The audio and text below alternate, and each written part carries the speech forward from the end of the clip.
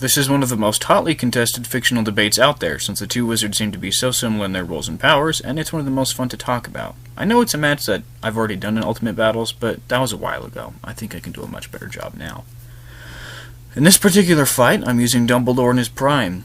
He has the Elder Wand, he's been headmaster of Hogwarts for several decades, and he knows just about every spell in the Harry Potter franchise. Let's say this is Dumbledore around the time he fights off Voldemort in the Order of the Phoenix, before that pesky ring started to destroy his body. There's no doubt that Dumbledore is a formidable magical warrior, something that often gets ignored when this debate comes up on forums. Sure, he's an old man with a stick, but most of the time so is Gandalf. Hating on a character doesn't prove your side right. Dumbledore is arguably the most skilled wizard in the Harry Potter series.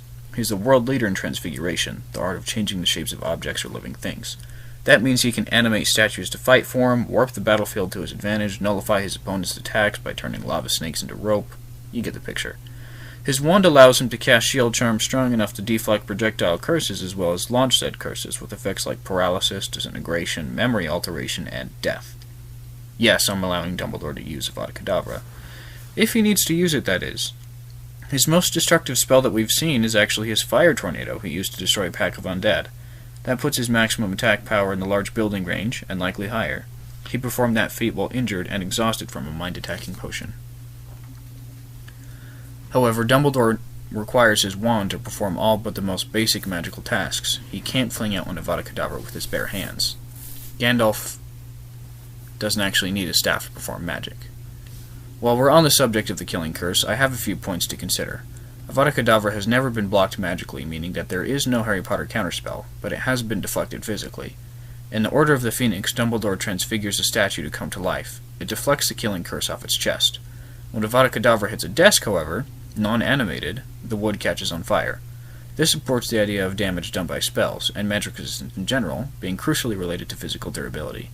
Hagrid's thick, armor-like skin lets him absorb dozens of reductos and stupefies, and a dragon's scales are so strong that its unprotected eyes are the only practical target for spells in general.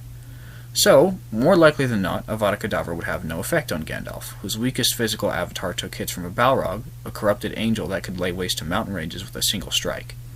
Gandalf the Grey fought a Balrog unceasingly for over a week, and finally finished it off with a blow that actually split apart the side of the mountain they dueled on.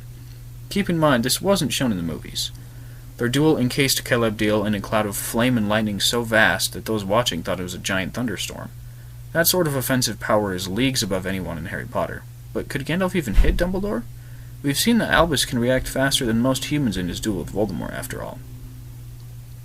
But Gandalf can react and cast spells faster than an arrow shot from Legolas's Lothlorien bow. He mentally turned the arrow into fire at nearly point-blank range in the Two Towers. The fastest modern bows can shoot at around 112 meters per second, but they don't have the advantage of being crafted by magical races.